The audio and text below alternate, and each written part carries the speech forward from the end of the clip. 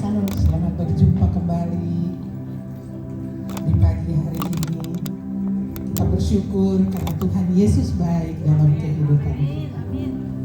Kita percaya kita ada karena kasih dan anugerah Tuhan. Kami bersyukur juga untuk hari ini. Mungkin ada yang baru pulang dari liburan dan bisa kembali beribadah di sini. Selamat datang kembali Bapak dan Ibu. Dan kalau ada yang baru, kami mengucap syukur dan berterima kasih atas kehadirannya untuk join di sini. Terima kasih. Tuhan Yesus baik. Tuhan Yesus sungguh sangat baik dalam kehidupan kita. Kita mau menyembah-Mu Tuhan. Kita mau mengagungkan Engkau. Karena Engkau Tuhan yang luar biasa. Tuhan yang dahsyat. Tuhan yang tidak pernah meninggalkan kita. Tuhan Yesus baik. Tuhan Yesus luar biasa. Yesus ku cinta.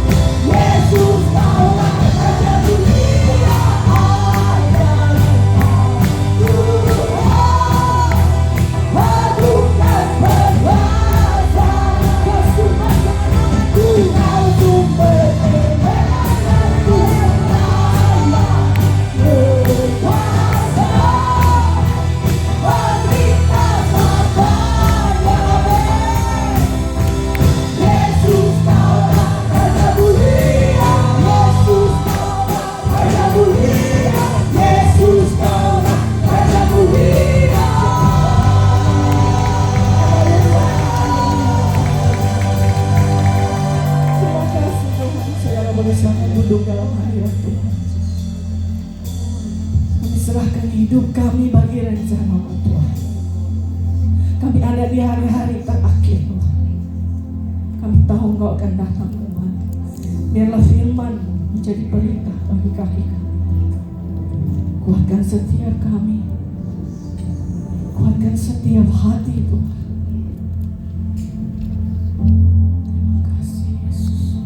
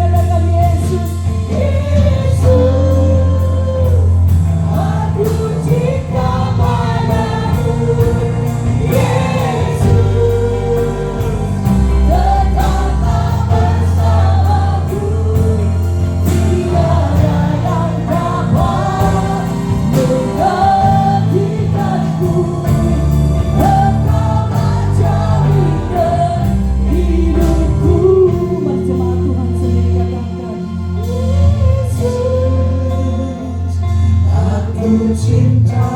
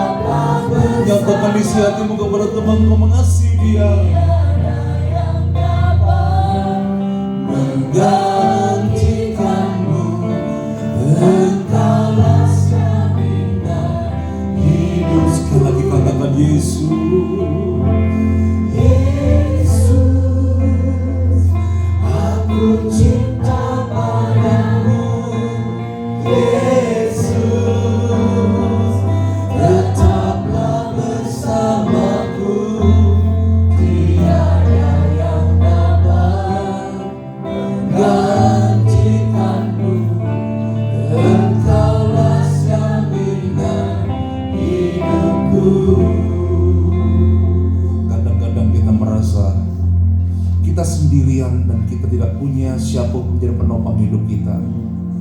Karena kita merasa di tengah-tengah pergumulan itu kita sepertinya gak berdaya. Tapi dengar baik-baik, nyanyian ini boleh menguatkan kita bahwa Tuhan tetap beserta kita. Dan dalam segala situasi apapun, Dia jaminan penopang hidup kita. Yang percaya pada sekali lagi dengan suara lembut katakan, Yesus, aku cinta padamu. Yang katakan cintamu, Yesus, tetaplah bersamaku. Tiada yang dapat menggantikanmu. Engkaulah jaminan hidupku. Engkaulah jaminan hidupku. Engkaulah jaminan hidup. Sekali katakan, Engkau jaminan hidupku. Engkaulah jaminan hidupku. Berikan sorak yang paling berat bagi Tuhan kita.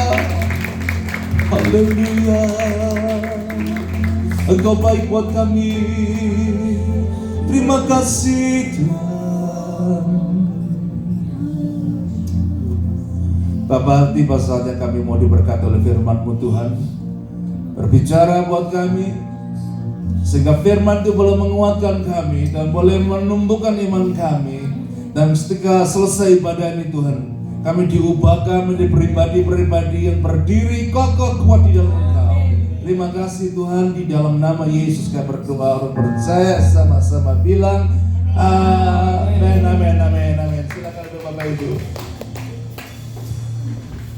Thank you musicians. Saya baru balik tadi malam dan hanya oleh kekuatan Tuhan saya bisa berdiri di sini. Karena apa? Sebenarnya jujur bilang masih jet lag Bapak Ibu. Karena di sana kita ada berbeda waktu. Jadi ketika saya berdiri saat ini, saya cuma bilang sama mereka tadi, ini kayak kalau di Indonesia udah khotbah yang ke-6 kalinya hari Minggu. Jadi sekarang masuk hari ini kepada yang ke-7 begitu. Tapi saya percaya Tuhan boleh memberi kekuatan dan menjadi berkat bagi kita. Yang percaya, amin. Jadi kalau Anda lihat mungkin kelihatannya nggak ngapa-ngapain, tapi sebenarnya kepala agak geliang. Tapi saya percaya Tuhan itu baik buat kita. Amin. Satu kali ada seorang komandan medan tempur yang diutus untuk memerangi sekelompok musuh yang begitu besar, yang jumlahnya jauh lebih banyak daripada pasukan yang dia miliki. Dan komandan membawa satu kompi dalam sebuah kapal untuk menuju ke sebuah pulau, di mana pulau itu diduduki oleh musuh-musuh yang jauh lebih banyak. Nah, ketika mereka turun dari kapal itu, barang-barang diturunkan semuanya, komandannya berkata begini, sudah semua diangkat, sudah keluar semua, sekarang kapalnya harus dibakar. Lalu orang dalam kapal bertanya pasukannya, kenapa dibakar? Bukankah kalau tidak dibakar, kalau kalah kita bisa lari? Tapi dia berkata, apa yang saya katakan dibakar, harus dibakar. Dan kapal itu dibakar habis, Bapak Ibu. Lalu dia berkata gini komandannya kepada pasukannya, kamu tahu kenapa saya suruh kamu bakar? Supaya hanya ada satu kemungkinan, bahwa kita hanya keluar dari tempat ini menang atau kalah.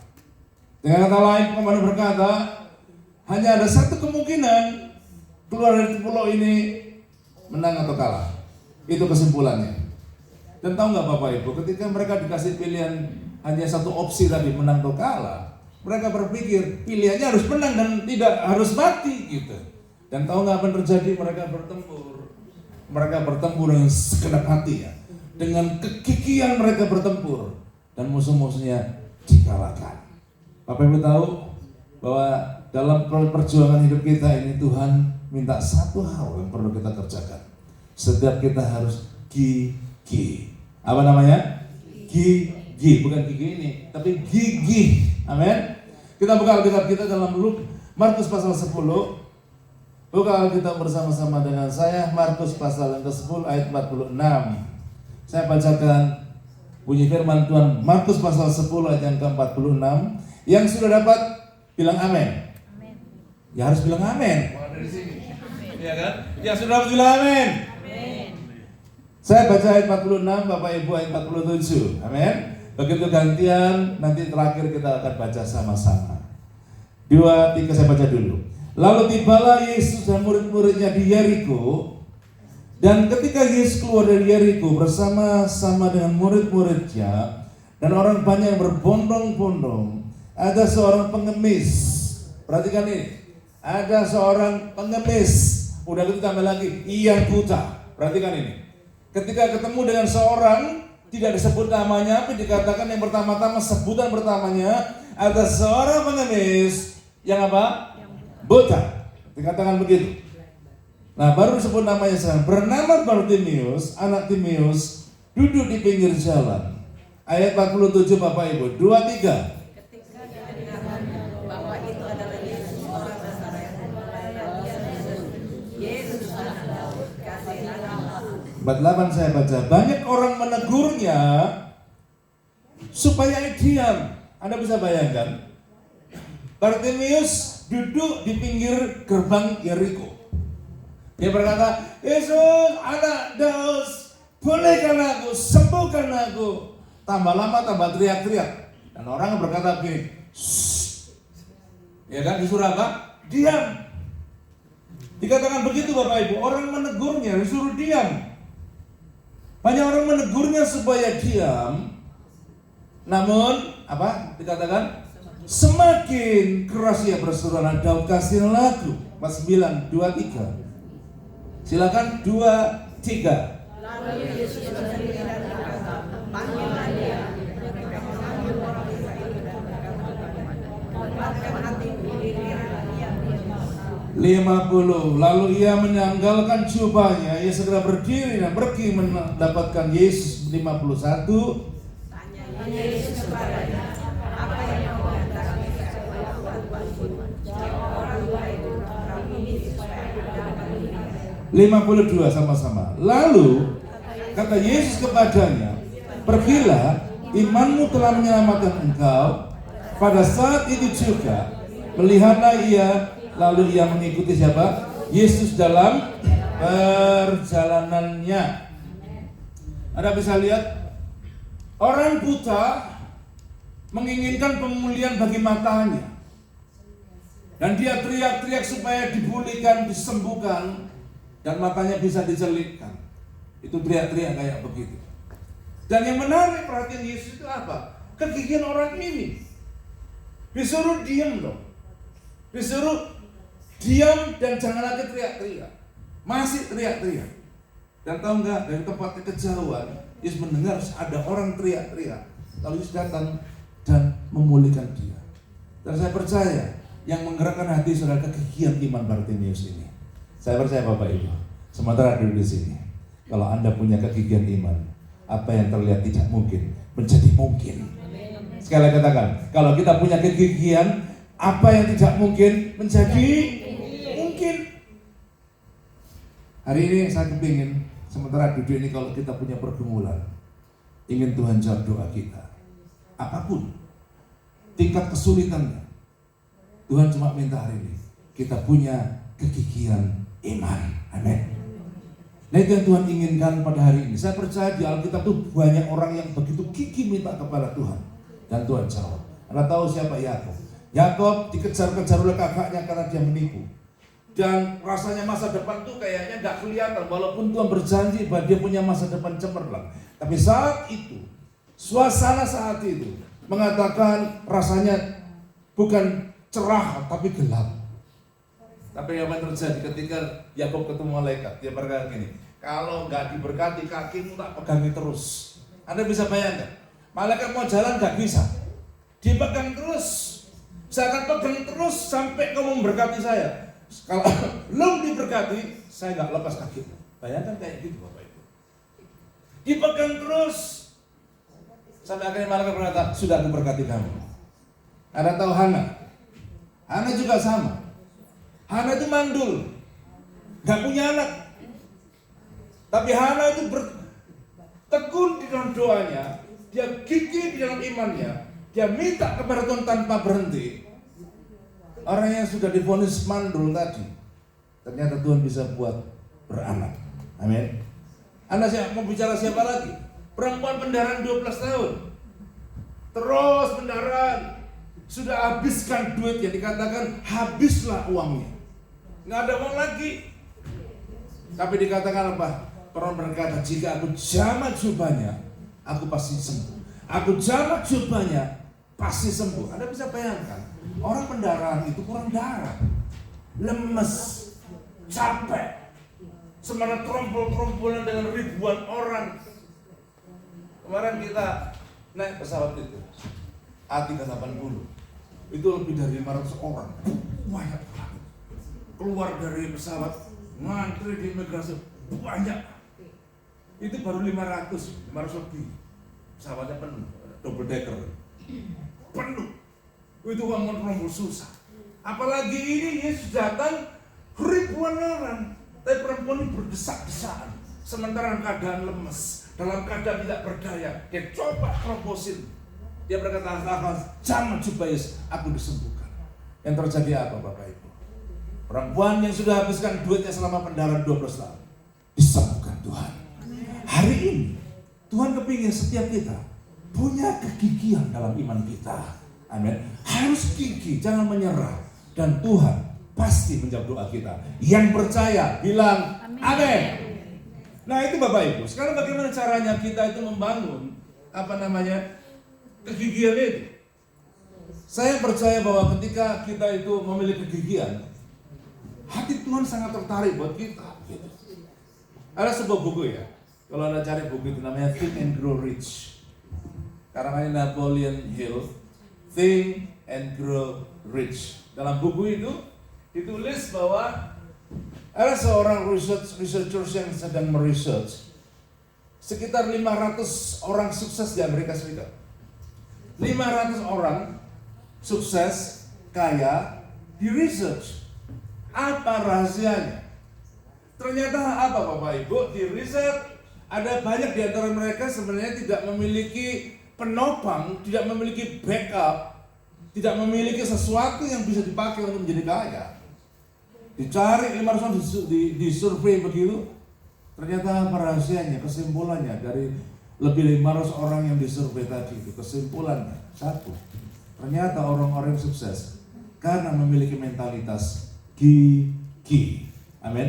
Kegigihannya dahsyat banget sehingga mereka berhasil. Kalau hari ini Bapak Ibu bukan cuma sukses secara jasmani, tapi kepengen dipakai Tuhan lebih dahsyat lagi. Yang Tuhan cari itu adalah kegigihan kita. Amin. Kegigihan kita. Ketika gereja kami pada waktu memutus misi, ada 3 orang yang diambil, saya dan 2 teman saya. Tapi tahu nggak, kenapa pendeta saya itu seorang yang peka sekali dengan hati Tuhan. Bayangkan doanya aja tuh more than 6 hours a day. Anda bisa bayangkan, dia kalau numpang tangan orang sakit itu nggak perlu doyok-doyok Bapak Ibu. Jangan takut yang sanggulnya tinggi. Ada pendeta tuh kalau doa itu Bapak Ibu doyok-doyok begini, sanggul tinggi langsung gepeng kayak tumpeng itu hilang tumpengnya Bapak Ibu. Karena doyok-doyok begini. Pendeta saya nggak perlu, ditotal gini aja Bapak Ibu. Ditotal, dus sakit apapun sembuh. Bolanya kadang-kadang cuma lewat bayang-bayangnya begini. Orang yang duduk di pinggir jalan ditotal begini, nggak ada kesembuhan. 3 orang ikut misi. Tapi apa yang membedakan kenapa hanya saya yang diutus? Saya renung-renungkan. Ternyata Tuhan melihat kegigihannya. Kita bangun pagi, kita berdoa. Mereka dikasih tugas gak dikerjain, saya kerjakan. Ya kan saya gak disuruh ngepel, gak disuruh nyapu di sekolah kitab itu. Saya bersihin, saya sapuin. Ya kan? Ngerjakan dengan segenap hati kita, besukin orang juga besukin dengan segenap hati kita dengan kegigihan. Yang terjadi apa Bapak Ibu? Dari 3 orang, cuma saya yang dipilih, 2 hilang semuanya. Dari hati Tuhan itu mencari spirit kegigihan dalam hidup kita. Yang saya bilang amin. Saya percaya jangan lihat kondisimu saat ini. Kalau kamu ingin mengalami upgrade dalam hidupmu, Tuhan sedang mencari spirit kegigihan dalam hidup kita ini, sehingga hidupmu boleh dipulihkan dan bahkan mengalami upgrade yang luar biasa di dalam Tuhan. Yang percaya bilang amin. Nah, bagaimana caranya kita mengalami atau membangun spirit kegigihan tadi? Saya secara singkat saya akan bagikan 4 hal, 4 kunci. Yang pertama buka ayat 46. Sekali lagi dibuka, kita akan lihat. 46. Ayat 46 dikatakan begini. Lalu tibalah Yesus dan murid-muridnya di Yeriko. Dan ketika Yesus keluar di Yeriko, bersama-sama dengan murid-muridnya dan orang banyak yang berbondong-bondong, ada seorang pengemis yang buta. Udah buta, dikatakan pengemis lagi. Jadi, kenapa Bartimeus bisa mengalami pemulihan? Sikap pertama yang dia miliki adalah gini. Dia nggak membandingkan dengan kelebihan orang lain. Bayangkan, Anda kalau kita suka membandingkan diri kita yang kekurangan kita dengan kelebihan orang lain, membuat orang menjadi apa? Minder. Membuat orang menjadi pesimis. Membuat orang menjadi nggak berdaya. Bayangkan kalau dibandingkan dengan orang yang nggak ngemis, dengan orang yang nggak buta, mungkin dia akan berkata, nyerah saja dengan nasib kita. Tapi Bartimeus beda Bapak Ibu. Dia tidak compare keadaan kelemahannya dia, kekurangannya dia. Ada orang lahir mungkin hati pas-pasan. Kalau Anda compare dengan orang yang hati yang tinggi, kita mungkin udah pesimis. Melihat orang sukses, ya mungkin karena dia pintar, ya karena dia ada penopangnya, ada supportnya. Saya nggak ada, lemes, mau gigih nggak jadi karena apa? Ya tadi kalah tadi. Lihat orang lain kelebihan. Bartimeus nggak melihat seperti itu. Jangan compare kekuranganmu dan kelebihan orang lain. Setiap kita tuh indah di mata Tuhan. Yang percaya bilang amin. Percaya kan nggak? Coba tanya kiri kanan. Aku ini bagus nggak? Terus bilang gini. Kalau bilang nggak bagus nggak ada traktir kamu. Siapa yang merasa dirinya itu berharga di mata Tuhan? Katakan. Coba jangan kayak begini Bapak Ibu. Kalau yang yakin tuh angkat tangannya tinggi banget. Amin. Anda harus yakin. Saya dulu minder loh. Tapi saya percaya ketika saya baru saya memiliki Tuhan, keminderan itu dikikis habis oleh Tuhan. Karena pada dalam diri kita ada sesuatu yang berharga. Amin. Bartimeus percaya dia nggak perlu compare dengan orang lain, kelebihan orang lain. Seringkali orang kalau coba tiru-tiru orang lain, lalu compare kelebihan orang lain, diri sendiri akan jadi pesimis dan salah-salah. Ketika saya mendarat pada mereka itu di Ben Gurion Airport di Tel Aviv, mereka pakai bahasa Ibrani, ya kan? Saya juga dulu sempat belajar bahasa Ibrani, tapi sudah banyak yang nggak ingat, sudah banyak yang lupa, atau nggak tahu gitu ya. Kita beli tiket, lalu orang yang kesini gini, next train 7:26, around 7:26. Nah kami nunggu, dia bilang platform, misalnya saya lupa, platform 1, kalau nggak salah 1, 2 gitu. Tunggu di sana, tunggu 7:26. Tren datang Bapak Ibu, kurang dari 7:26. Kita happy, kita berkata gini, ini lebih baik kan? Kalau dia bilang 7:26, ini kan lebih baik. Lebih datang 7:13an sekitar itu, lebih awal, berarti cepat hampir di hotel, lebih cepat, rest dulu, ya kan? Lalu tanpa mikir panjang, masuk kayak dua-dua Bapak Ibu, kayak orang desa masuk gitu, duduk gitu Bapak Ibu.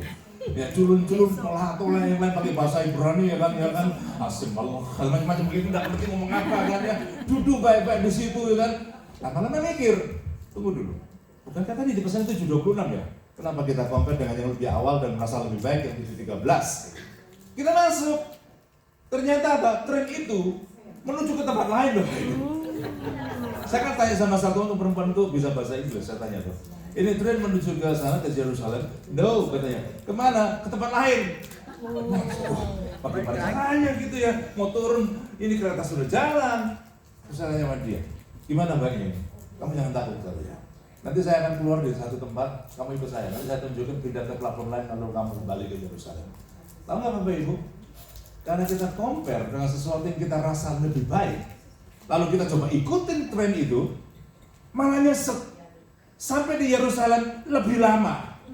Gara-gara apa? Ikut-ikutan yang dikira lebih baik. Hari ini, Anda harus yakin bahwa kita sudah diciptakan secara khusus oleh Tuhan. Berdiri tetap dengan apa yang panggilan dalam hidup kita gigih berjuang, dan Tuhan akan membawa kita melihat hal-hal yang dahsyat. Yang percaya bilang amin.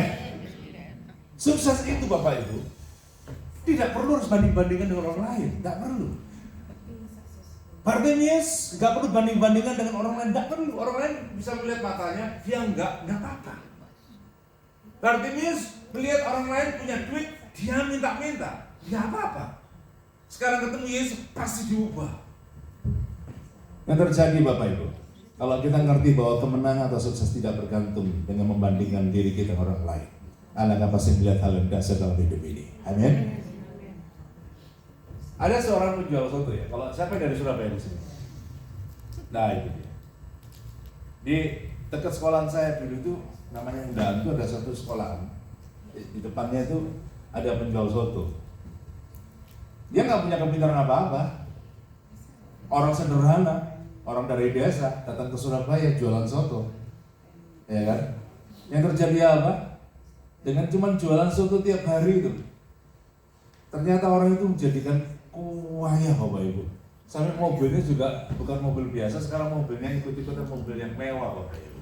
Saya percaya Bapak Ibu, kalau kita gigih seperti orang-orang yang saya ceritakan tadi itu, saya yakin bahwa setiap kita itu punya chance untuk mengalami kemuliaan yang Tuhan janjikan. Yang percaya amin. Ada seorang bernama Tony Mendel. Tony Mendel itu bukan laki, Tony Mendel itu perempuan. Tony Mendel itu dilahirkan dengan tidak bertangan, dua-duanya nggak ada tangannya, cuma kaki doang. Dan orang berkata, gimana kamu punya masa depan cemerlang sementara kamu nggak punya tangan? Gimana kamu bisa sukses nggak punya tangan? Kalau Tony Mendel hanya membandingkan dengan kelebihan orang-orang yang punya tangan lengkap, dia frustasi, dia pesimis, dan tidak akan pernah sukses. Tapi apa yang dimiliki Tony Mendel Bapak Ibu? Dia nggak coba compare diri dengan orang lain. Dia tetap berkata bahwa ciptaan Tuhan itu mulia. Tanpa tangan, no problem. Sukses nggak bergantung ada tangan atau tidak tangan. Tiap hari latihan musik Bapak Ibu dengan kakinya. Latihan musik dengan kaki, bayangkan. Karena dilatih, sesuatu dilatih tiap hari, lama-lama juga akan jadi skillful, betul tidak? Dia latih terus. Dan satu kali, ya latihan suara juga, kakinya buat main musik. Makanya saya bilang di tempat ini, kalau Anda punya talent untuk main musik, punya tangan, jangan ragu untuk muliakan Tuhan. Tony Mendel nggak punya tangan, tapi dia latihan tiap hari, lama-lama jadi bagus. Amin. Dan tahu nggak, berapa tahun kemudian ternyata mencuat nama Tony Mendel menjadi seorang penyanyi yang suaranya bagus banget, main musiknya itu sangat talented banget. Sampai dipanggil Paus untuk nyanyi di depan banyak audiens. Yang nyanyi, diundang khusus, tanpa tangan, main dengan kaki, suaranya bagus, orang sangat diberkati, dan dia diundang di mana-mana, dia nyanyi, dia main musik tanpa tangan. Dan ternyata Tony Mendel bisa berhasil gara-gara punya kegigihan. Amin. Dia tidak compare dengan orang lain. Saat ini, kalau Bapak Ibu datang mungkin di tempat ini merasa mungkin bukan dari background orang kaya, nggak problem. Bilang gini apa? Nggak problem. Tolong kiri kanan, bilangin kiri kanan. Nggak problem. Amin. Bilangin kiri kananmu, no problem. No problemo. Amin. Kalau Tony Mendel bisa diubahkan Tuhan dan begitu dahsyat, saya percaya tiap kita pun bisa. Bartimeus bisa. Dan saya yakin tiap kita pun bisa. Amin. Karena banyak orang kadang-kadang ya, pada waktu awal nyanyi di depan, di sini suaranya mungkin ya nggak perfect banget, tapi dengan gigi dia latih, ya kan, nyanyi tiap hari di rumah. Lo Anda jangan pikir Enki itu si Frida itu di rumah nggak latihan. Enki tiap hari karaokean di rumah itu. Saya ingat sama Ian, tiap hari nyanyi di depan karaokean gitu. Lama-lama juga bisa nyanyi, karena apa? Dilatih dengan gigi. Amin. Jadi sini siapa-siapa di sini kita membuka chance untuk bisa menjadi penyanyi-penyanyi yang dahsyat di dalam Tuhan. Latihan, ya kan? Yang lebih penting dari itu apa? Gigi apa? Imannya harus gigi. Ya, kekudusannya harus apa? Gigi, ya kan? Semangat ikut Tuhannya apa? Harus gigi. Baca Alkitabnya gigi, doanya apa? Gigi, ya, bukan gigi. Gigi, amin. Ya. Itu Tuhan inginkan. Yang pertama, Anda jangan coba compare kekuranganmu dengan kelebihan orang lain. Dan Tuhan bisa membangun kelebihan. Kekurangan menjadi kelebihan dalam Tuhan. Yang kedua.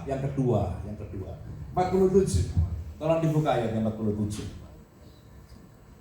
47. Saya kepengen Bapak Ibu baca sama-sama saya dengan suara keras ya.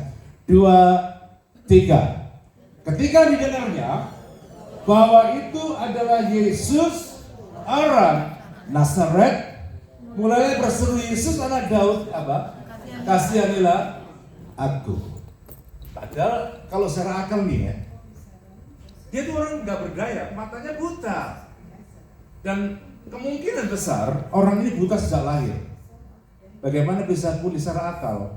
Percuma taruh pengharapan, ya kan? Hopeless, ngemis, buta lagi, itu hopeless.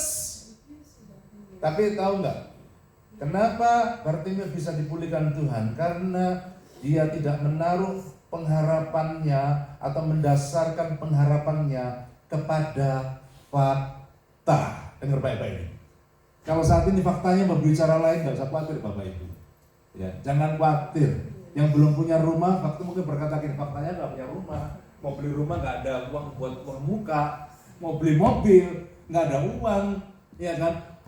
Ngadepin ini, saya nggak tahu bagaimana menyelesaikannya. Faktanya begitu.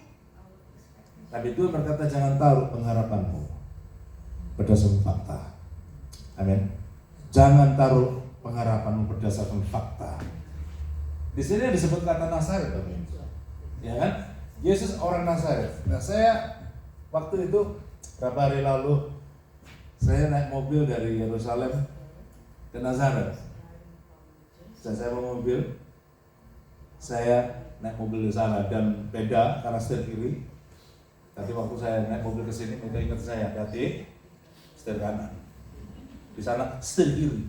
Jadi waktu saya setir kiri di sana, saya sempat ngecas setengah mati Bapak Ibu. Karena biasa kita setir kiri, berarti kita harus berada di setir kanan berada di jalur kiri, betul nggak? Ini enggak, setir kiri harus berada di jalur kanan kayak di Eropa, ya kan? Nah, pernah saking kecapeannya, pikiran saya balik ngecas seperti itu. Kalau saya nyetir kiri harusnya sebelah kanan. Tiba-tiba tancap gas saya pindah di kanan. Di depan Pak Sugi ngebut dari gini.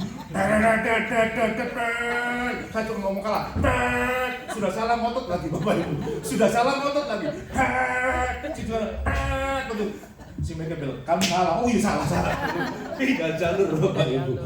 Kenapa? Mestinya di jalur kanan pindah ke kiri, ngotot lagi. Ada orang kayak gitu loh, padahal sudah salah ngotot lagi gitu.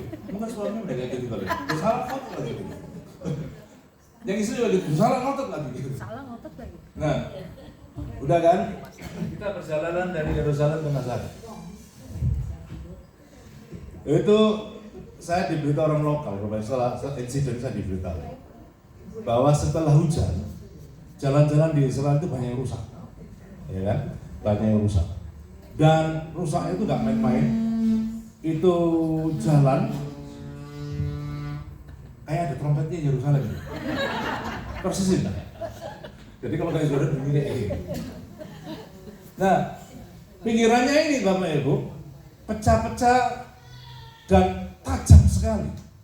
Jadi saya jalur kanan, saya jalan cepet. Di situ nggak bisa jalan pelan-pelan Bapak Ibu. Saya coba pelan, diklakson orang di belakang, jadi mau nggak mau harus ngebut gitu. Tahu-tahu karena jalannya rusak, itu ban Bapak Ibu menghantam di pinggiran jalan yang tajam-tajam itu, langsung piah, bunyinya kenceng banget gitu. Saya pikir mesinnya yang meledak Bapak Ibu, kenceng banget bunyinya, tuar begitu. Langsung mobil ya. Jangan jadi orang Kristen kayak gitu. Orang Kristen kalau nyanyi ya, itu namanya ban pecah.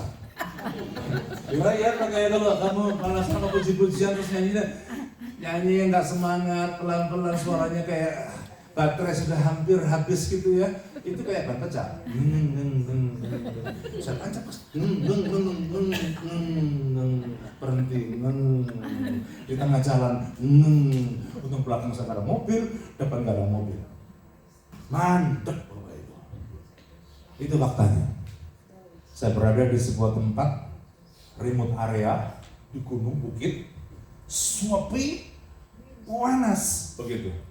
Saya belum buka baju saya ini ya. Ini sudah ten ini, gelap. Sini saya nih, gelap ini, kebakar. Panas minta ampun Bapak Ibu. Jadi saya berhenti, saya minggirkan mobilnya di pinggir jalan. Kayak hopeless, remote area, sepi. Tahu nggak di mana itu?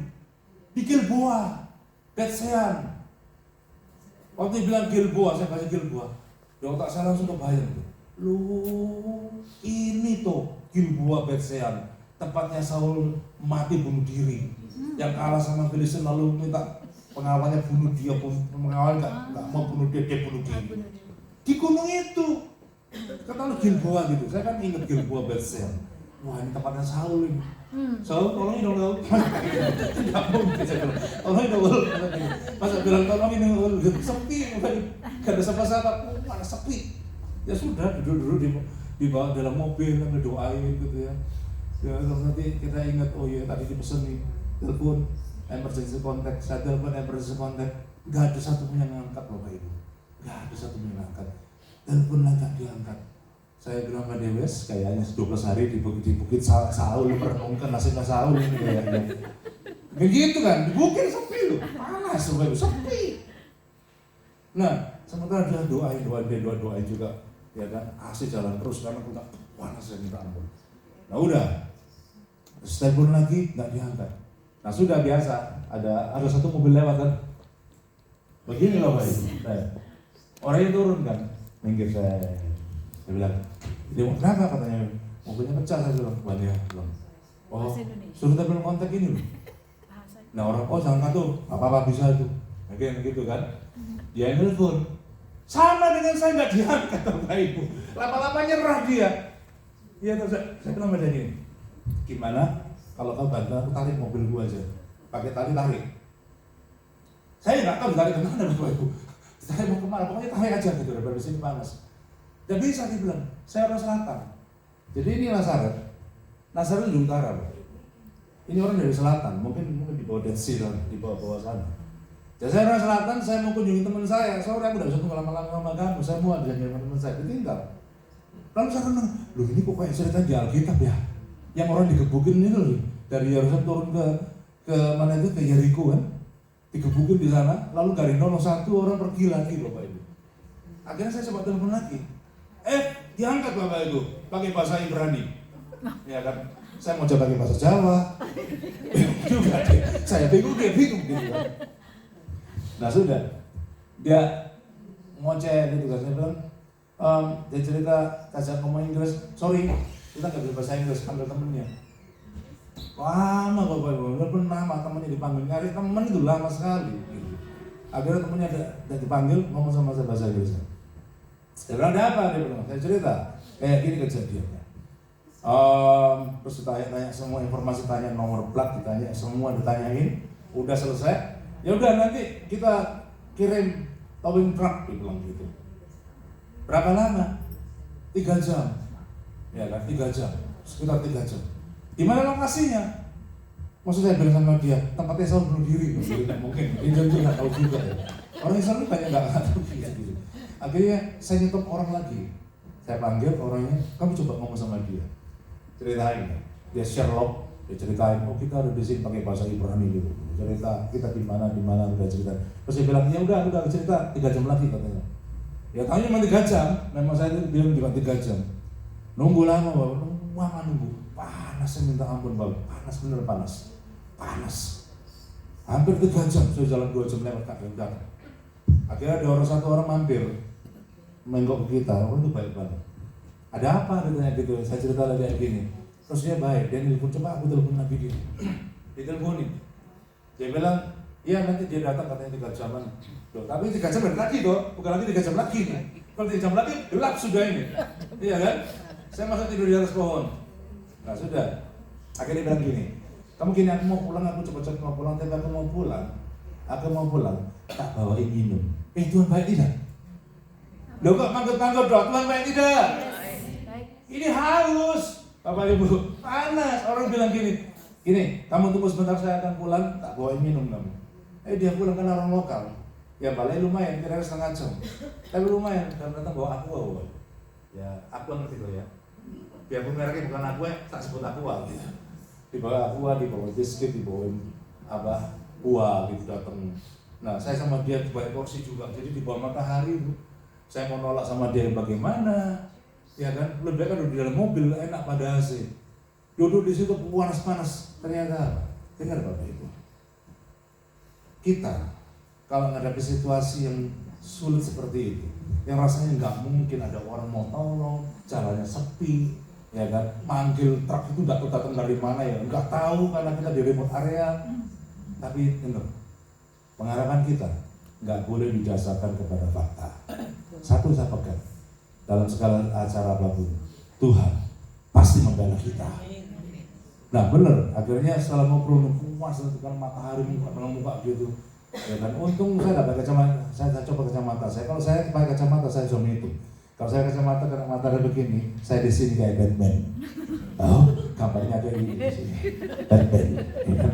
Kan malu-malu, mau khotbah Batman. Nah, panas kan, panas kayak gitu. Udah saya duduk, cerita itu enggak. Dalam segala kita mesti bersyukur. Saya cerita sama dia cerita tradisi Ibrani orang-orang Yahudi. Dia cerita sampai dia kaget. Kamu kok ngerti banyak perjanjian lama? Saya cerita banyak peraturan-peraturan perjanjian lama itu yang saya ceritakan sampai kalau ada kerbau nanduk perempuan hamil, kerbaunya berapa kali nanduk, akhirnya kerbaunya disembelih. Saya cerita semua hal seperti itu. Dia kaget. Kamu kok tahu banyak katanya? Kok tahu banyak kamu? Ya, saya baca, saya bilang gitu, saya tahu gitu. Saya peraturan darat, peraturan lemak, saya cerita sama dia. Sahabat dan sebagainya cerita sama dia. Soal perpuluhan saya cerita sama dia, perpuluhan orang Israel itu bagaimana, saya cerita sama dia. Jadi ngomong terakhir datang Bapak. Kepengen tahu ya apa? Gambarnya lihat ini. Waktu lihat dari jarak jauh, kita haleluya gitu kan. Truknya datang Bapak Ibu. Mobil saya itu hitam tadi. Tapi Tuhan itu memang baik ya. Tuhan itu baik. Karena mobil hitamnya saya naik itu kalau dinaik itu kayak disco. Sebentar ke kanan, ke kiri kan apa kecil, jadi kan angin tuh disco begitu jalan ya kan. Jadi goyang-goyang begitu, nggak usah goyang sendiri Bapak.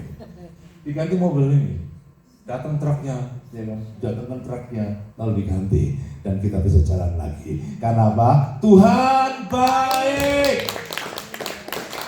Amin. Kita nggak ada, maksudnya nggak, faktanya mengatakan nggak mungkin. Tapi saya taruh pengharapanku bukan didasarkan atas fakta. Pengharapanku taruh kepada janji Tuhan dan Tuhan menjawab. Amin. Remote area sepi, tapi Tuhan bisa menolong kita. Coba enggak, aku nggak bisa khotbah di sini, terpaksa digantikan oleh Mas Engki yang khotbah.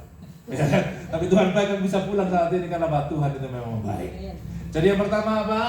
Ingat baik-baik bagaimana kita membangun kegigihan kita, jangan compare kekurangan kita dengan apa kelebihan orang lain. Yang kedua apa? Jangan taruh pengharapan kita didasarkan pada apa? Yang keras. Tidak boleh didasarkan atas fakta. 4849 sekarang. 4849, perhatikan ayat ini. Banyak orang menegurnya supaya diam. Namun semakin keras ia berseru, anak Daud kasihanilah aku. Terus banyak orang menegurnya supaya diam. Namun semakin berseru, lanjut lagi, panggillah dia, kata Yesus. Yesus berhenti dan berkata, panggillah dia. Mereka memanggil orang buta itu dan berkata kepadanya, kuatkan hatimu, berdirilah, ia memanggil engkau. Kalau misalnya dalam ibadah ini ya, terus ada orang teriak-teriak di belakang, si Joni juga teriak. Kira-kira kalian terganggu nggak? Nah, kalau lagi dengar khotbah, Joni teriak-teriak, ya kan? Woi, sembuhkan aku, woi. Yang paling belakang dia pasti yang di sebelahnya. Yang sebelahnya itu. Diam kau. Diam kau. Kalau kau tidak diam, aku panggilin Papa di belakang ada Papa Sugi, ya kan? Kau harus pindah harus itu. Lalu dia lagi, sembuhkan aku kau, sembuhkan, disuruh pindah enggak? Kalau dia tetap teriak-teriak, nggak mau berhenti, diapain namanya? Hah? Diapain Joni? Oh, jangan kita ablok loh ya. Pasti dia angkat kan? Pasti diperintahkan security, Pak Sugi, itu Ian kalau dipindahkan manusia itu yang teriak-teriak, kalau dipindahkan di mana? Ya dipindahkan di Karasel saja. Ya kan? Dipindah, pasti diangkat. Jadi ini orang teriak-teriak pasti bukan cuma bukan. Pasti udah dimarahin. Pasti ditegur. Dikatakan menegur. Ditegur, dimarahin. Dan kalau masih teriak lagi dipindahkan. Dipindahkan agak jauhan. Tadi kan di dekat pintu gerbang. Saya yakin orang dipindahkan karena teriak-teriak, ganggu. Dipindahkan teriak lagi enggak? Makanya dikatakan apa? Orang itu teriaknya dikatakan namun semakin keras ia berseru. Kenapa? Karena dipindah. Jadi pada lebih keras lagi teriakannya. Kalau daerah sini mau, woi, sembuhkan woi. Dipindah lebih jauh pasti lebih kencang pakai ini. Woi, sembuhkan woi. Gitu kan, betul tidak? Makin semakin keras. Tapi Bartimeus nggak takut bayar harganya. Dimarahin, dipindahin, dimaki-maki. Tetap aja, woi, sembuhkan woi. Artinya apa? Kegigihan itu terbangun ketika kita siap membayar harga. Amin. Siap gak bayar harganya? Kalau Anda masih bayar harganya, Anda akan melihat kemuliaan Tuhan dinyatakan. Kalau di dalam share market itu, ya share market itu ada istilah dikatakan gini, high risk, high return. High risk, high return. Semakin risiko makin tinggi, semakin besar turnover, makin balik returnnya itu. Jadi Bartimeus itu berani bayar harganya. Saudara dengar baik-baiknya. Kemenangan kita itu bukan sebuah hadiah. Anda hidup bahagia bukan hadiah, tapi itu bicara sacrifice. Betul nggak? Lihat teman-teman di sini. Dari awal nggak punya rumah, sekarang punya rumah. Itu bukan hadiah. Itu ada mereka bayar harganya. Ada sacrifice, ada harga yang mereka bayar baru jadi. Jadi kalau kita mau melihat janji Tuhan, Bapak Ibu saya kepingin tiap kita itu jangan ragu-ragu membayar harga kita. Amin. Saya punya pendeta, itu yang tadi saya sudah tadi dipakai Tuhan luar biasa. Bukan? Dia orang dari Tiongkok, bahasa Indonesianya patah-patah, gak jelas. Kalau khotbah itu ya satu ayat dibaca, habis baca ayat cerita sedikit aja, nyanyi lagi, ya kan? Mari masuk, masuk hatiku, gitu kan gitu. Baca ayat lagi, cerita lagi dikit gitu ya. Ibu-ibu kalau ada suami yang tidak setia, nanti bilang gini, kok tak belikan tak belikan roti, makan roti ya kok. Cuma gitu, baca ayat lagi, nyanyi lagi. Nah, siapa yang mau ketemu orang kayak gini? Dok, masukin orang di pintu. Dok, buka pintu, gedokin pintu orang gak dibukain. Satu kali gedok pintu, yang dikeluar siapa? Ya kan itu rumahnya orang kaya. Jadi bottomnya ada 3. Pencet net, pembantu keluar. Tet, sopir keluar. Yang ketiga, tet, anjing keluar. Salah pencet. Yang ketiga dipencet, jet, Doberman keluar. Woi, dia bilang bukan orang keluar, Doberman keluar, anjing keluar. Akhirnya dia bilang gini, mulai sekarang saya mau berharganya. Dia bilang sama istrinya, saya mau pindah ke daerah lain, tolong tiap hari kamu sediakan pakaian dan makanan. Aku tidak akan keluar tempat itu di kamar itu sebelum Tuhan pakai saya. Bayangin itu Bapak Ibu. Dia bilang gitu, ini harganya dibayar. Ya, saya tidak akan keluar kamar itu sebelum Tuhan pakai saya. Kasih tanda-tanda heran. Saya mau puasa, saya mau doa di situ, pokoknya siang pagi siang malam doa dan puasa. Tiap hari baik pakaian, baik makanan. Tahu nggak Bapak Ibu terjadi? Sekian lama, 1 hari, 2 hari, 3 hari, nunggu sampai Tuhan itu jawab doa dia. Sampai ada pasien datang dan Tuhan nyatakan kemuliaannya. Dan benar, setelah sekian lama di dalam kamar itu, tiba-tiba Tuhan kirim ada anak kecil yang kembung, Bapak Ibu. Perutnya gede, buncit. Dan tidak bisa kencing sudah berhari-hari. Kenapa perutnya buncit? Karena tidak kencing berhari-hari. Gede perutnya Bapak Ibu. Dibawa ke dia. Dia kan sudah berdoa, saya tidak akan keluar dari kamar ini sebelum Tuhan pakai saya. Kalau belum dipakai, ya terus saya sembahyang gitu di situ. Datang anak kecil sama ibunya, perutnya kembung Bapak Ibu. Tahu nggak Bapak Ibu? Dia cuma tumpang tangan. baru tumbang dalam nama Yesus. Itu kencing. Seret. Tunggu ke sana Bapak Ibu. Jadi tumpang tangan begini, yang sudah berada bisa kencing, ditumpang tangan. Anaknya tadi kuambung besar kan tidak bisa kencing. Tiba-tiba langsung kencing Bapak Ibu. Di situ dia bisa bilang, ini waktunya saya turun gunung. Amin. Turun gunung. Tepuk tangan buat Tuhan kita. Dan sejak itu dipakai Tuhan dahsyat. Doain orang di mana-mana orang. Saya dulu ya, saya kasih tahu, saya pernah ketika saya lahir baru, dalam pikiran saya itu, ketika saya lahir baru mau dibaptis. Itu pikiran saya itu keluar, nggak tahu setan apa saya nggak ngerti.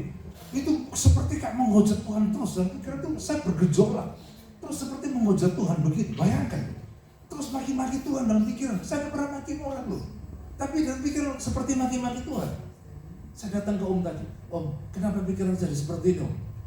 Ditumpang tangan. Sejak itu, hilang dalam pikiran saya positif kepada Tuhan. Dengar baik-baik, kenapa dia dipakai Tuhan dahsyat? Berani bayar harga. Amin. Kalau Anda mau gigi, kegigihan itu dibangun lewat apa? Harga yang kita bayar. Siapa yang berani bayar harga? Yang katakan tinggi-tinggi. Ya, bilang kiri kanan, yuk kita bayar harganya yuk. Bilang kiri kanan, tepuk kiri kanannya, bilangin, yuk kita bayar harganya. Apapun persoalanmu, Tuhan bilang bayar harganya. Bila perlu bayar dalam doa, bila perlu doa semalam-malaman, bila perlu dikuasain. Kalau jalan buntu, kuasain, doain. Tuhan pasti buka jalan buat kita. Amin. Terakhir, yang keempat. Sudah 3 loh ya, 4. Bagaimana caranya kita membangun kegigihan kita? Ayat 51. Perhatikan ayat 51, kita baca bareng-bareng 51. 2, 3. Tanya Yesus kepadanya, apa yang kau kehendaki supaya aku perbuat bagimu? Jawab orang buta itu apa? Rabuni, supaya aku dapat melihat. Artinya apa? Orang bisa gigih itu ketika dia tahu apa yang diinginkan, apa yang dikehendaki. Dia tahu persis. Saya minta ini Tuhan. Tahu.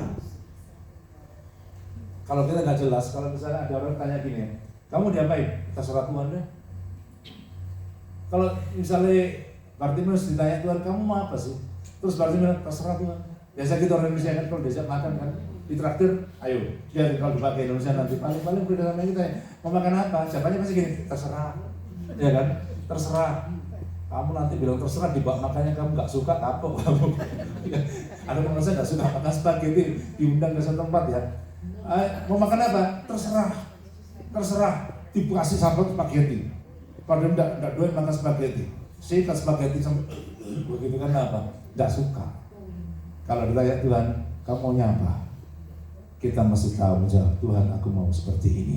Jangan ditanya, kamu mau apa? Cuma dia, aku mau kaya. Duh, kaya itu relatif loh.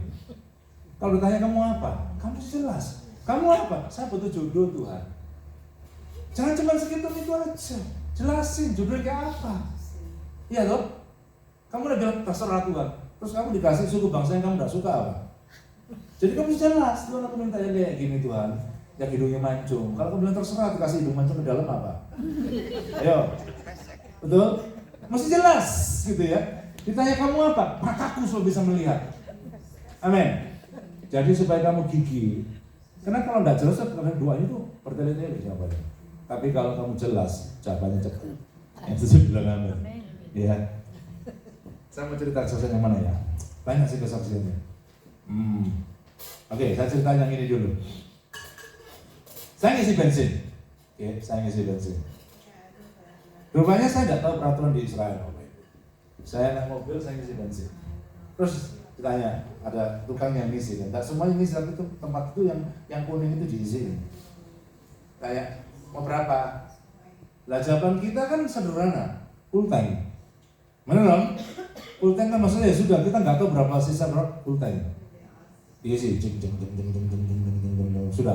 Saya lihat tulisannya 92 shekels uang Israel. Oke, 92. Jadi kalau terus dibayar pakai cash atau pakai apa namanya kartu? Saya bilang pakai kartu. Mana kartunya? Kartu saya kasih dia. Sama dia di tap apa itu? Jengkleng. Tayangan kita berapa yang bisa saya dari kartu saya? Berapa? Ya 92 dong. Kalau ada rate Ya tergantung berapa exchange rate-nya, tapi tulisannya 92 gitu. Terus dia bilang gini, brother, terima kasih brother, orang Arab. Jangan kaget ya. Kamu tak aja 400 katanya. What? Coba. Kok 400? Saya bilang, jangan, don't worry. Dia bilang gitu.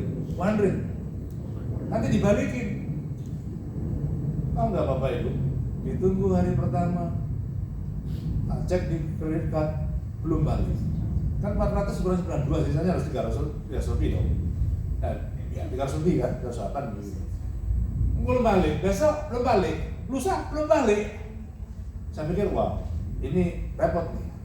Nah, waktu ketika saya makan di Tiberias, mobil di Tiberias, saya makan di situ, saya tanya sama ownernya yang punya restoran, duh, peraturan di Israel itu apa seperti itu kan?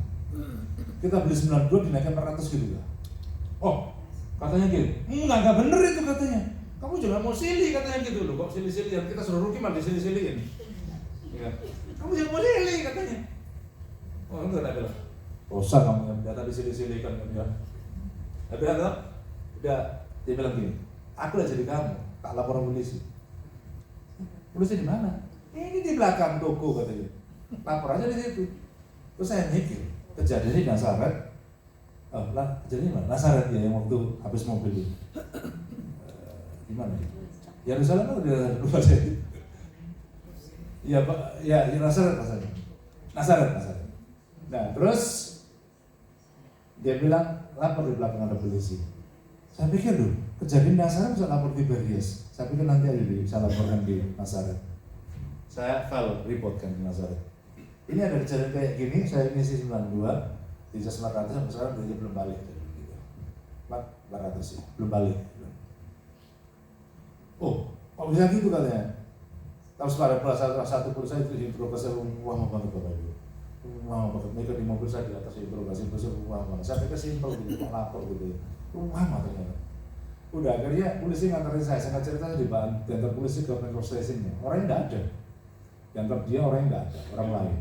Terus dia bilang, akhirnya polisi bilang sama saya gini, ya makanya lain kali kalau isi di Israel, interpret ini ya, yang mobil, jangan bilang full tank. Bilang aja kalau isi 100 bilang 100, isi 200 bilang 200, karena ada peraturan tertentu yang bisa digituin memang, dia bilang gitu. Saya tunggu, dia bilang orang yang bilang nanti dibalikin duitnya. Ternyata Bapak Ibu, saya doain besok Alif gak ada, saya doain. Karena saya ingat ayat ini, kalau kamu minta pertolongan kamu sih jelas, Tuhan saya kepengen duitnya balik. Itu sebutin berapa? Ya tadi itu Tuhan di 400 dipotong 92, ngitung mau sendiri Tuhan. Kan gitu, pokoknya baliknya itu saya sebutin. Dan ternyata besoknya lagi saya lihat, Bapak Ibu, ternyata apa yang diambil sama dia itu persis seperti yang saya pakai. Tuhan baik, amin. Tuhan baik. Jadi jangan ragu, karena bisa menyatakan keinginan kepada dia. Dan Tuhan akan menyatakan, sampai terakhir, lalu kita akan tutup. Filipi 4 ayat 6. Filipi 4 ayat yang ke-6. Perhatikan ini. Betapa pentingnya kita menyatakan keinginan kita dengan jelas. Karena kegigihan tidak akan terbangun kalau kita nggak jelas mintanya.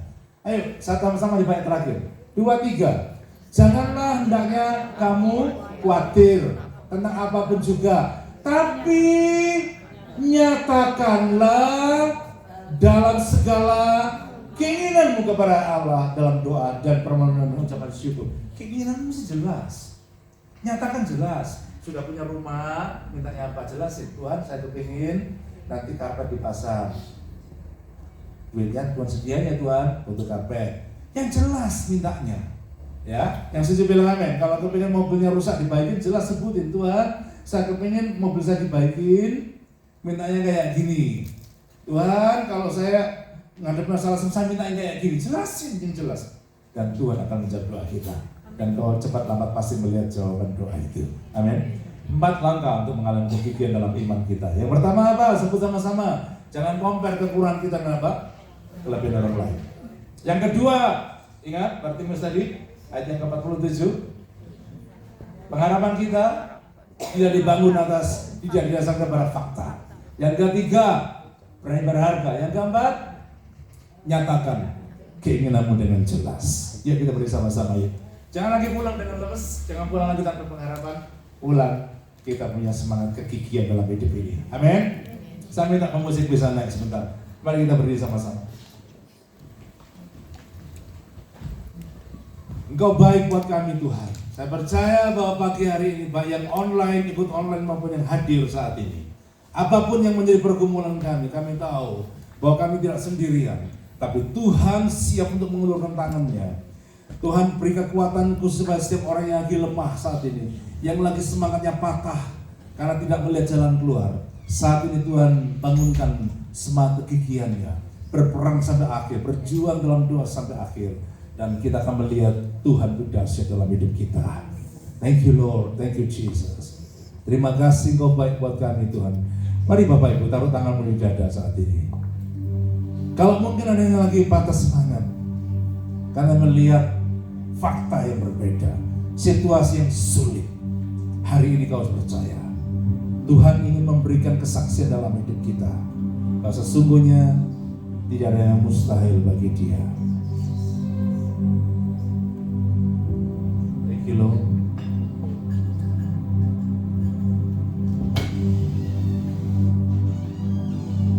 Thank you Lord. Berdoa.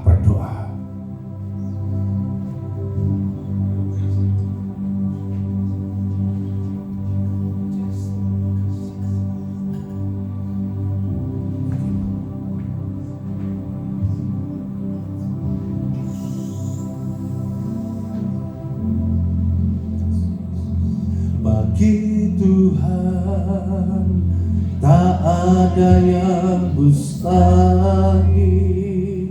Bagi Tuhan tak ada yang tak mungkin. Mujizatnya disediakan bagiku, ku diangkat dan dipulihkannya. Bagi Tuhan tak ada yang mustahil. Nyanyikan pujian ini selamat hatimu.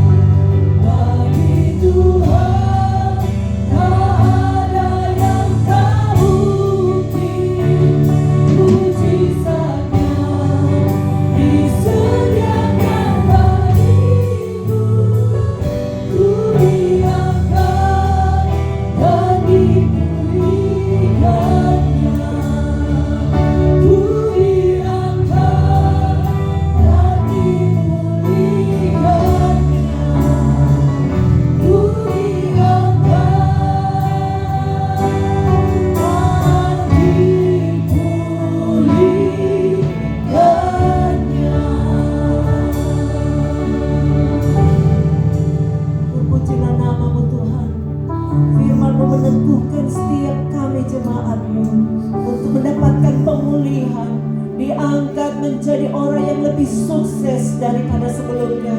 Kami percaya setiap rema yang Kau taburkan lewat hamba-Mu akan masuk dan termeterai dalam setiap hati kami, sehingga kami tahu dengan jelas bagaimana menikmati segala janji-janji-Mu. Berkati hamba-Mu yang sudah menyampaikan firman, bahkan setiap kami yang mendengar baik lewat online maupun onsite, semua diberkati dengan cara yang sama, yang ajaib, yang luar biasa, karena Engkau selalu tidak pernah berubah. Janji-Mu tetap sama dulu, sekarang, sampai selamanya.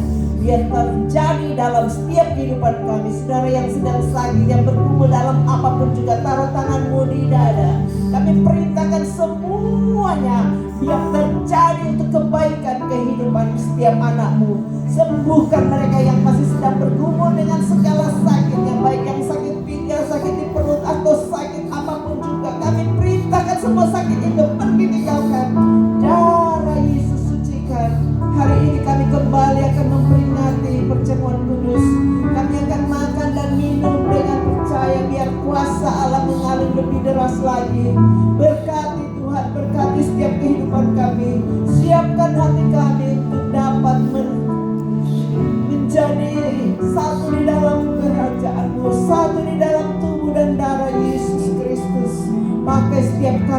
semuanya seperti yang Engkau sudah rencanakan. Terima kasih Tuhan, kami siapkan hati kami di dalam nama Yesus. Haleluya. Amin. Silakan duduk kembali. Sebentar kita akan perjamuan kudus. Saya minta petugas bisa datang ke depan semoga pemuji akan menyanyikan puji.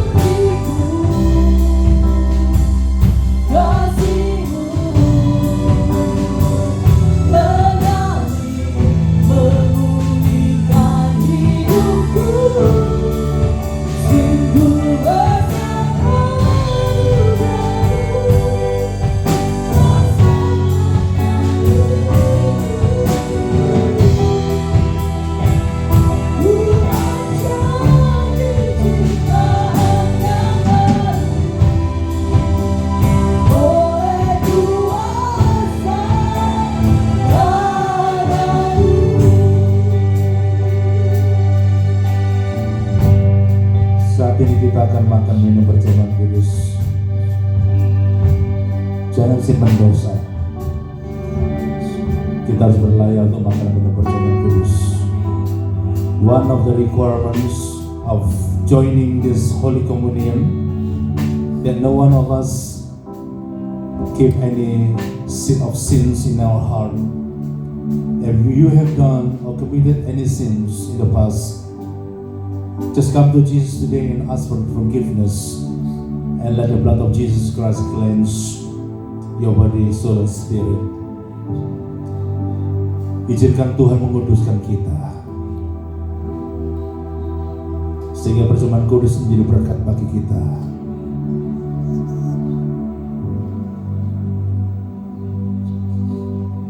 Cleanse our mind, our heart, our soul, and our spirit with the blood of Jesus Christ. Make us deserve to participate in this Holy Communion. Thank you, Lord. Yang siap, mari sama-sama berdiri bersama-sama saya.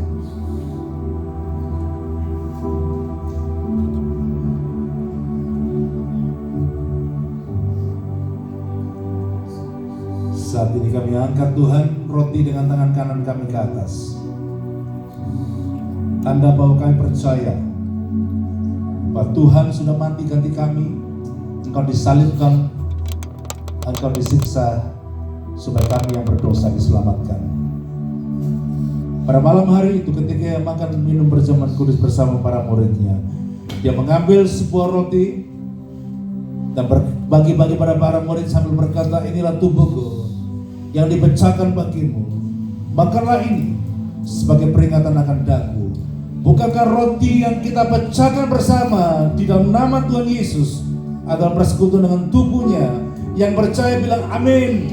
Makan bersama percaya di dalam nama Yesus.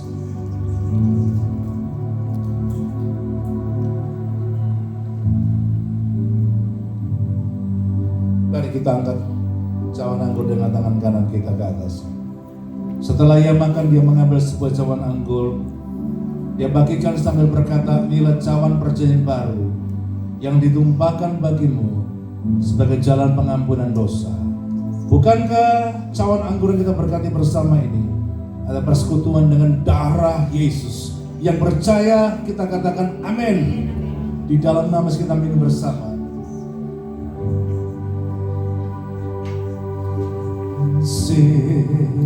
Masuk, masih dianggap duri,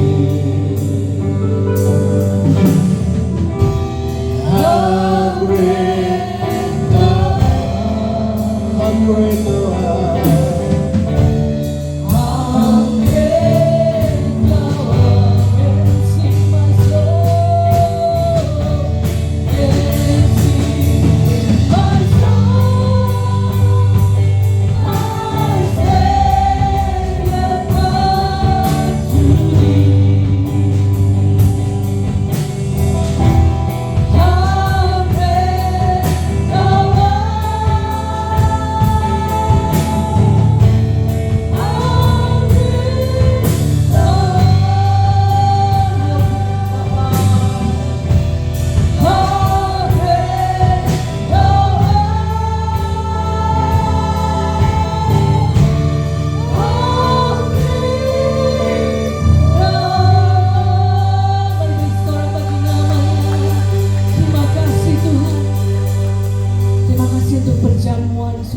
Tuhan. Kami belajar seperti Engkau Yesus memberi diri-Mu, bahkan memberi diri mati bagi kami Tuhan. Pada saat ini anak-anak-Mu berdiri di tempat ini Tuhan. Kami membawa persembahan kami Tuhan. Mungkin sebagian kecil dari kami belum bisa memberi pada saat ini Tuhan. Tapi biarlah kami berdoa Tuhan, Engkau mampukan kami. Kami boleh diberkati untuk memberi Tuhan. Kami diberikan benih-benih yang baru untuk menabur dalam pekerjaan Tuhan. Dan setiap anak-anak-Mu di tempat ini yang membawa persembahan kami, baik itu perpuluhan, misi, pembangunan gereja di tempat ini atau apapun itu Tuhan, kami minta Tuhan, biarlah Engkau sendiri yang menyucikan dan kuduskan persembahan kami, sehingga berkenan bagi kemuliaan nama-Mu. Kami tahu Tuhan, kami pasti diberkati karena Engkau Allah yang begitu baik. Terima kasih, di dalam nama Yesus kami siap untuk memberi. Haleluya. Amin. Sembari saudara memberi pengumuman untuk minggu ini, minggu depan acara mingguan tetap berjalan. Bu Mega sudah kembali dan mungkin setelah ibadah ini akan ada rapat untuk persiapan ulang tahun gereja. Saudara yang mau terlibat boleh bergabung bersama. Persembahan tetap dijalankan, kita menyanyi bagi Tuhan, ajar Kau Tuhan. Kau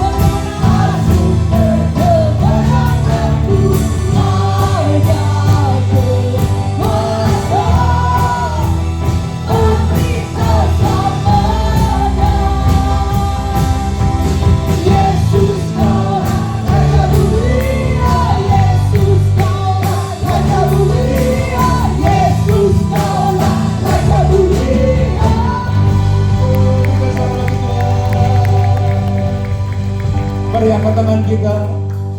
Tuhan, kami mau pulang tidak dengan tangan hamba, bukan dengan hati kosong. Kami pulang dari tempat ini dengan membawa segala kekuatan, berkat anugerah Allah yang dahsyat menyertai kami.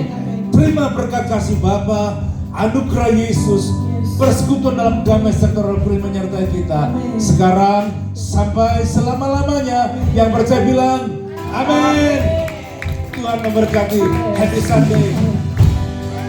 Hanya Kau